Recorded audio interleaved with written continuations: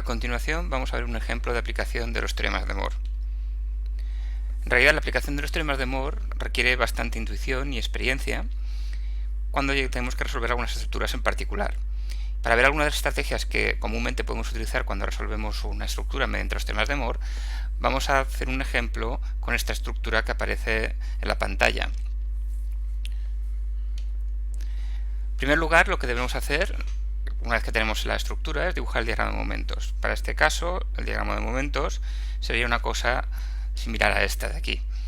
Tenemos toda la zona con momentos negativos y un máximo justo encima del apoyo que vale menos 2AP, siendo P la fuerza que aplicamos y A la distancia entre el apoyo y el extremo libre. Una vez que tenemos el diagrama de momentos, normalmente resulta bastante útil cuando realizamos o resolvemos una estructura mediante los teoremas de Moore, ver o dibujar aproximadamente cómo es la elástica deformada o simplemente la deformada.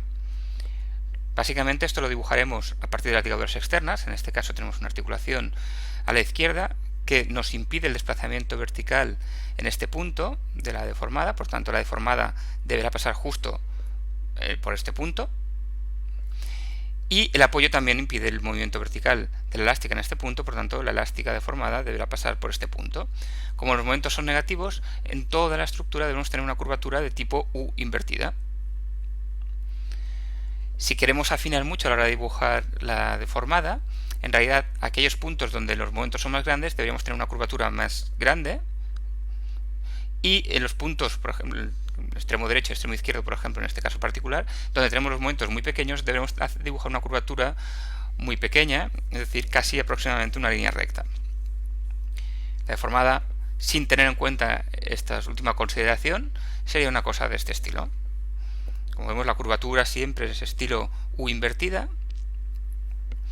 Tenemos aquí un ángulo A, que sería el ángulo que forma en este punto con la horizontal la deformada, y un ángulo B, que es el ángulo que forma en este punto, justo encima del apoyo, la deformada respecto a la horizontal. Vamos a utilizar única y exclusivamente los teoremas de Moore para resolver todo, y vamos a empezar calculando estos dos ángulos que aparecen en la pantalla, el ángulo Z sub A y el ángulo Z sub B.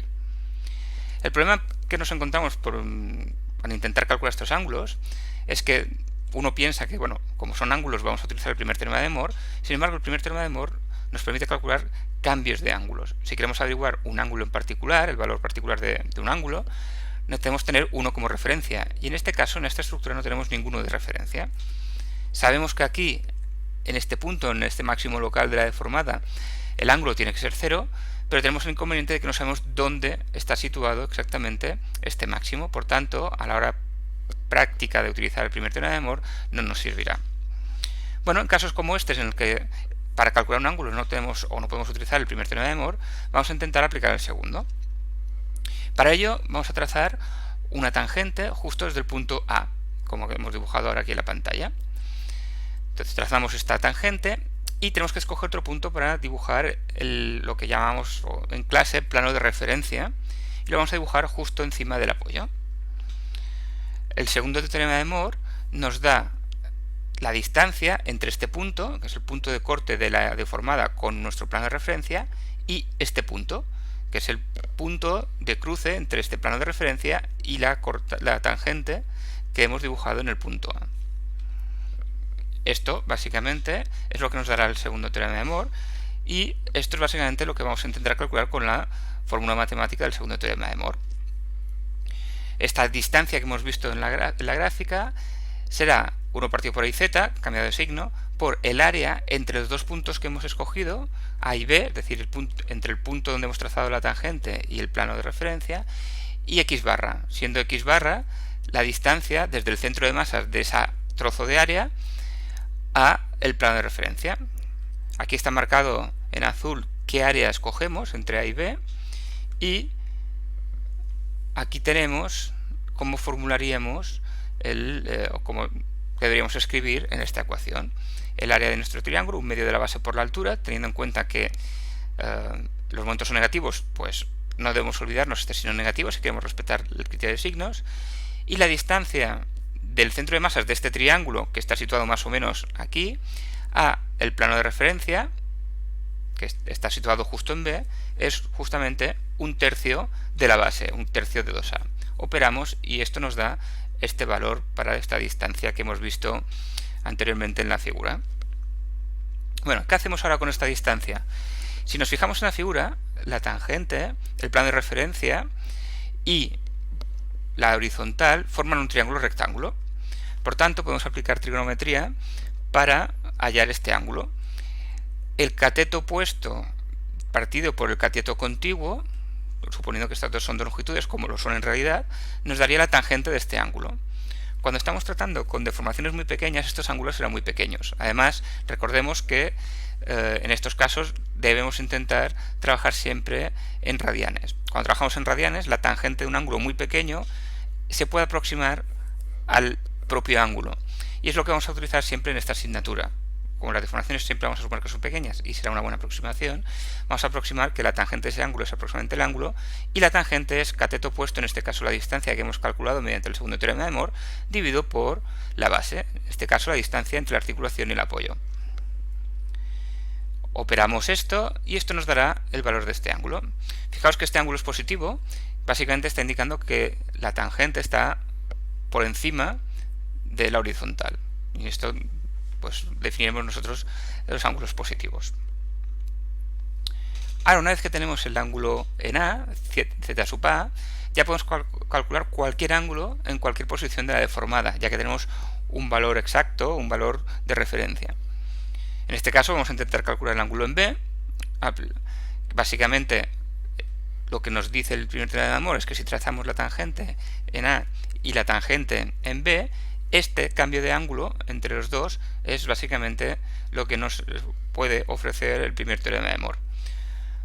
Calculamos con las fórmulas del primer teorema de Moore este cambio de ángulos, ángulo en B menos el ángulo en A, que ya tenemos su valor numérico, es igual a 1 partido por IZ por el área comprendido entre los dos puntos A y B.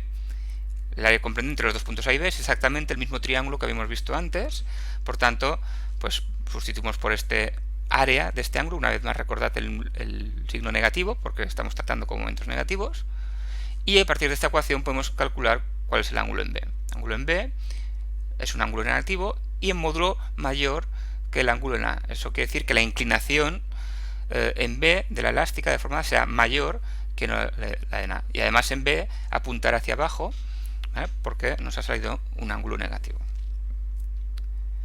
Bueno, ya hemos calculado los dos ángulos que nos interesaban inicialmente. De hecho, ahora podríamos calcular cualquier ángulo que nos interesara. Vamos a ver cómo podemos calcular la flecha o la flecha máxima en esta estructura. Si miramos la deformada aproximada que hemos dibujado anteriormente, vemos que hay dos posibilidades para encontrar la flecha máxima, el desplazamiento vertical máximo. Uno es en el punto D, en este máximo local. Esto podría ser un candidato a la flecha máxima. Otro sería el extremo libre.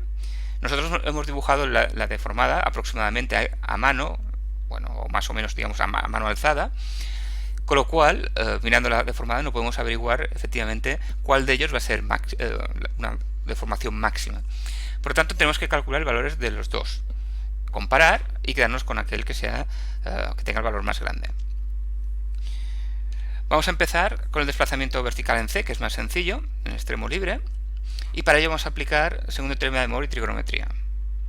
Vamos a trazar una vez más la tangente en el punto B, plano de referencia en el punto C, y aquí nos va a salir dos longitudes. La primera de ellas es esta de aquí, distancia entre el punto de corte del plano de referencia con la elástica y el punto de corte de la tangente en B y este plano de referencia, es esta distancia de aquí. Esto nos lo va a dar el segundo teorema de Moore. Si nos fijamos en la otra distancia forma parte una vez más de un triángulo rectángulo, donde el cateto opuesto sería esta distancia de aquí tenemos el ángulo recto, y el cateto contiguo a este ángulo B sería esta distancia A. Y con ello podremos calcular este desplazamiento vertical. Vamos a empezar con el segundo teorema de Moore. El segundo teorema de Moore nos dice que esa distancia, pequeña distancia que hemos visto, es 1 partido por IZ, el área por distancia al centro de masas. El área esta vez, como hemos trazado la tangente en B y el plano de referencia en C, será este otro triángulo. Escribimos el área del triángulo, una vez más signo negativo porque estamos tratando con momentos negativos, y la distancia al centro de masas es 2/3 de A. El centro de masas está aquí y como tenemos que hacer distancia del centro de masas a el plano de referencia, esto será 2/3 de la base, es decir, 2/3 de A. Operamos y obtenemos este valor numérico. Vamos a ver por trigonometría este triángulo rectángulo. Tenemos que esta distancia de aquí será básicamente el ángulo por esta distancia. Vamos a considerar el módulo del ángulo, multiplicamos por la distancia, obtendremos el módulo de esta distancia, este valor de aquí. Por tanto, el desplazamiento vertical en C será la suma de estos dos valores, o de estas dos distancias que hemos calculado anteriormente. La que hemos calculado mediante el teorema de Moore, esta de aquí, y la que hemos calculado mediante trigonometría. Sumamos y nos da el desplazamiento total en C, que es este de aquí. A menudo, cuando vemos una estructura y queremos resolver por los métodos de Moore, tenemos que pensar que no hay un único procedimiento, sino que pueden haber varios procedimientos. Por ejemplo, si quisiéramos calcular el desplazamiento en C, podríamos haber optado por dibujar las tangentes en otro sitio y los planos de referencia en otro sitio. Un ejemplo también bastante común sería dibujar la tangente en el punto A, plano de referencia en C, y obtendríamos estas distancias. La distancia grande, desde aquí hasta aquí, sería la que nos daría los teoremas de Moore. Fijaos que volvemos a dibujar un triángulo rectángulo, por tanto esta distancia de aquí la podríamos hallar mediante trigonometría. Restando estas dos distancias tendríamos realmente el desplazamiento vertical en C. Bueno, vamos a calcular ahora cuál es el desplazamiento vertical en D.